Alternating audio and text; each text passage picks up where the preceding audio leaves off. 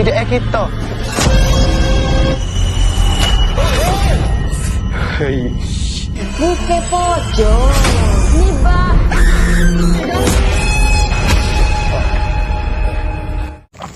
Eits, ntar dulu dong. Seperti biasa sebelum kita ke videonya, alangkah baiknya buat teman-teman yang belum subscribe, tolong di subscribe dulu. Oji hitung sampai 3. 1, 2, 3. Terima kasih. Ingat ya guys, subscribe dulu. Ingat, subscribe dulu guys. Dari kalian subscribe, Oji tuh lebih semangat lagi bikin kontennya dan lebih rajin untuk menghibur kalian semua. Cuaks. Oke, tanpa bacotan dan banyak bicara, langsung saja kita ke alur ceritanya. Let's go. Halo para kaum rebahan, by the way bagaimana kabarnya dimanapun kalian berada? Kembali lagi dengan saya Oji Repet. Pada kesempatan kali ini Oji akan merangkum sekaligus membahas sebuah film yang berjudul Serangan Pocong 2021. Di mana film yang satu ini menceritakan satu pocong yang meneror dan menyerang semua warga di perdesaan Malaysia, yang pastinya tidak perlu ditanyakan seperti apa kengerian dan keseramannya. Sehingga dari situlah langsung saja kita ke alur ceritanya. Let's go.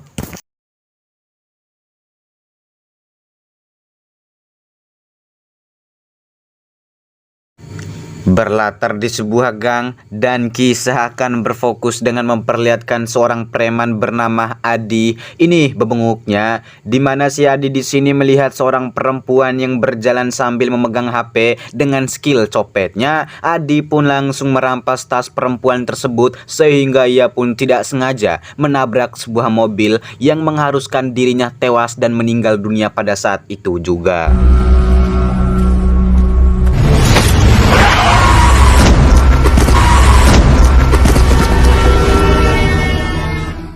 Di malam harinya kita pun akan berfokus ke dua pria bernama Yanto dan Kang Usman. Ini mereka berdua dengan bertujuan untuk pergi mengantar mayat yang baru saja meninggal dunia. Dan tiba-tiba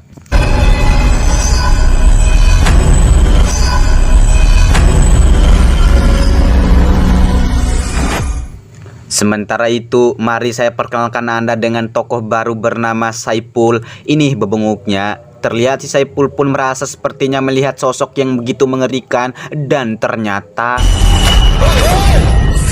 Hei. Hei. Mengejut.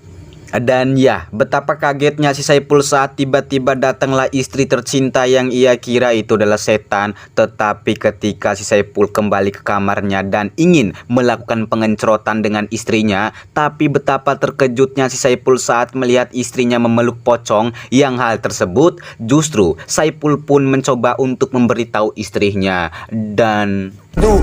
Apa gak be? Tak ada lagi cuk mayang. Lagi. Bukan pojok.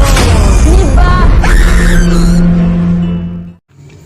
singkat cerita, kembali ke seorang pria bernama Ame. Ini bebenguknya. Terlihat si Ame pun sedang mengerjakan tugas kuliahnya. Namun itu semua Ame pun merasa terganggu dengan suara ketukan pintu yang terus saja mengganggunya. Sehingga dari situlah Ame pun memutuskan untuk mengecek dan melihatnya itu sebenarnya adalah siapa. Tetapi tiba-tiba Nak kena udah. Mau ni kan?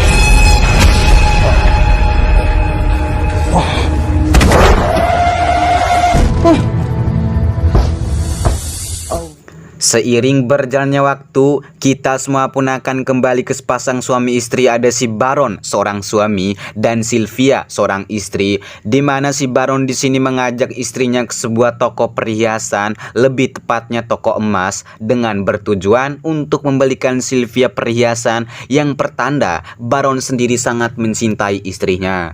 Cak nak tengok apa? Saya nak cari gelang rantai yang paling Di mana apa? Tengok rumah aku. Oh ya, okey.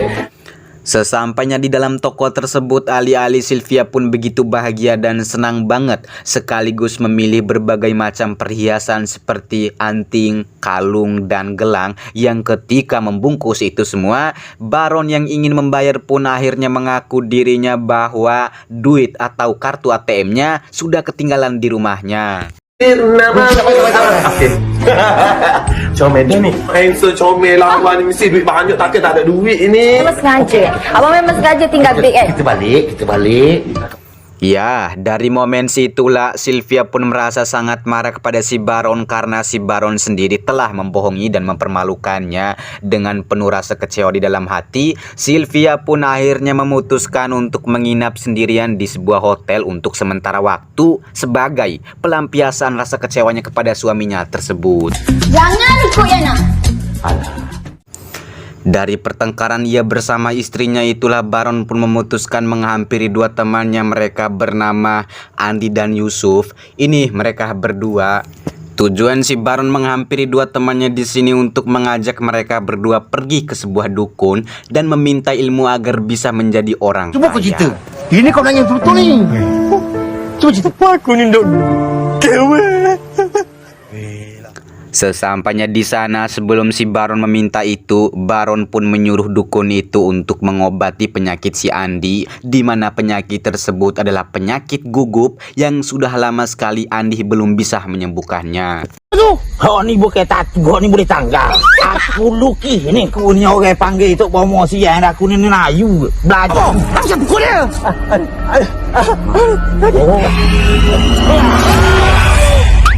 Gua nak main jajak kaki gini, kan tak berhati tetan dah. Dan ya, dengan satu kali tamparan tiba-tiba si Andi pun sembuh dari gugupnya. Yang ketika penyakit itu sudah sembuh, Baron pun langsung meminta ilmu ke dukun itu bagaimana caranya menjadi orang kaya. Jadi, kalau orang nak pakai mah,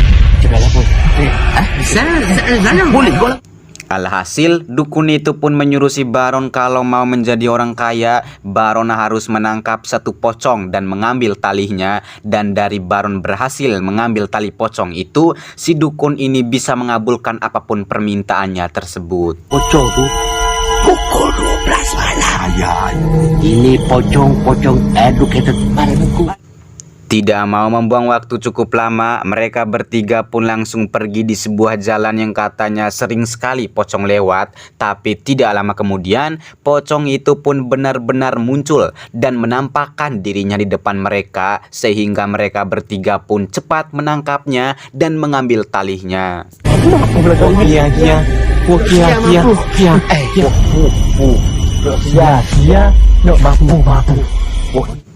Tidak berhasil mengambil tali pocong itu, mereka bertiga pun terpaksa cepat melarikan diri akibat tidak tahan lagi menahan rasa ketakutan setelah melihat wajah si pocong itu yang penuh dan dinodai oli motor. Dan dari situlah kalian pun akan dibuat terkejut saat mengetahui bahwa pocong ini adalah arwah dari si preman Adi tadi yang meninggal dunia tepat di awal film tadi itu. Tali duduk situ tak ada.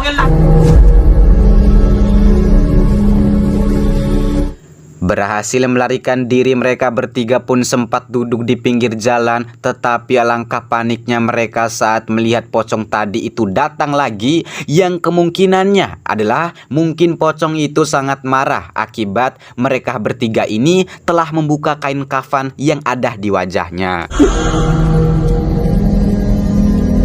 Kamu orang sedang bergaduh je. Orang ni macam gini aman. Damai. Kembali ke Andi yang baru saja pulang membeli parfum dari Indomaret. Tapi di tengah perjalanan tiba-tiba muncullah sebuah momen di mana si Andi sendiri dikejar atau diteror oleh si pocong tadi. Tidak juga si Andi, para warga semua di perdesaan itu pun diteror habis-habisan oleh pocong si Adi, yang sepertinya pocong si Adi itu sangat marah sekali. Hei, yang nak mari mati dia. Taklah duduk main tunggu tak sudah kita kita.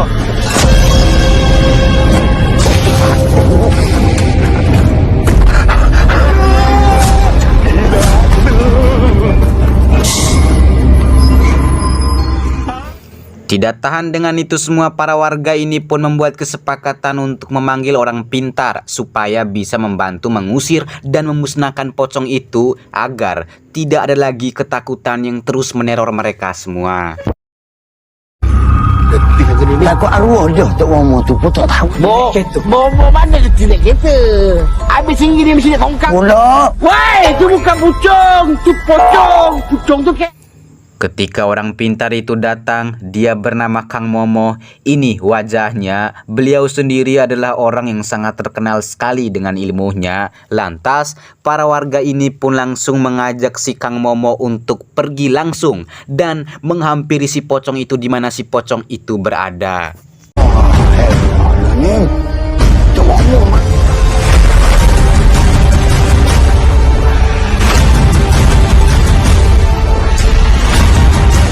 Sesampainya di sebuah jalan tempat si pocong itu berada, Kang Momo pun langsung memanggilnya. Yang ketika pocong itu datang dan mendekati mereka semua, Kang Momo pun langsung mengatakan apa alasannya meneror dan menghantui warga di perdesaan ini.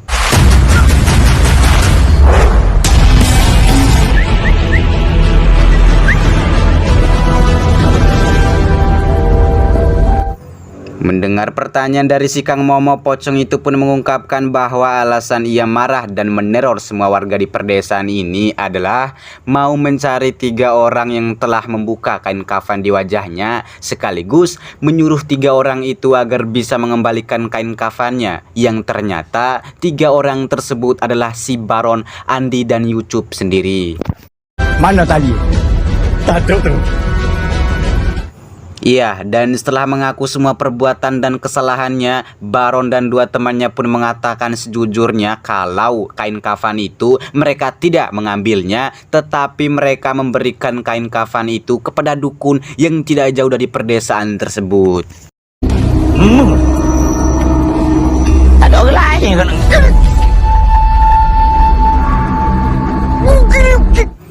Dari situlah Baron dan 2 temannya pun langsung mengantar si Kang Momo bersama semua warga di tempat di mana si dukun itu berada, dengan bertujuan untuk menyuruh secara paksa mengembalikan tali pocong yang sebelumnya ia rampas dari tangan si Baron dan 2 temannya.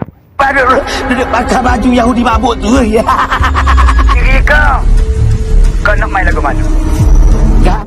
Dan ya, seketika terjadilah sebuah pertengkaran dan perdebatan antara mereka semua yang saling memperebutkan tali pocong itu. Namun, Kang Momo dan para warga akhirnya berhasil mengambil tali pocong itu karena dukun ini dihampiri oleh istrinya akibat melihat suaminya melakukan pelecehan. Salah melakukan kejahatan itu. Mana ada?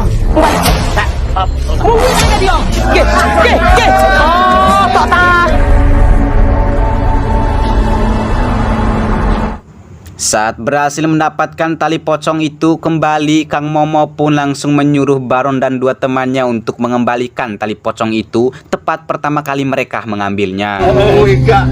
Aku dah say. Takut sebenarnya kat mana ni? Cik pocong. Sabi lah pocong.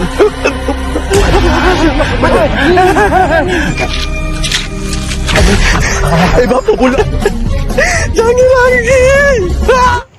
Dan setelah itu guys, film pun sudah berakhir. Sebelumnya Oji minta maaf kalau filmnya itu pendek banget. Soalnya di dalam filmnya itu guys, itu tidak banyak gitu menampilkan adegan-adegan yang sangat menyeramkan sekali gitu kan. Apalagi film ini kan itu pocongnya itu kayak berbeda banget sih dengan pocong Indonesia ya kan. Pokoknya aneh banget gitu pocongnya guys. Jadi Oji itu kurang perfect gitu membahasnya. Pokoknya itu. Oke, segitu aja guys. Oji terima kasih banyak buat teman-teman yang udah nonton sampai habis video ini. Semoga kalian sehat-sehat selalu dan diberikan umur yang panjang sekaligus diberikan rezeki yang melimpah. Oke, dan saya Ojus Repet mau cabut dulu guys. Bye bye.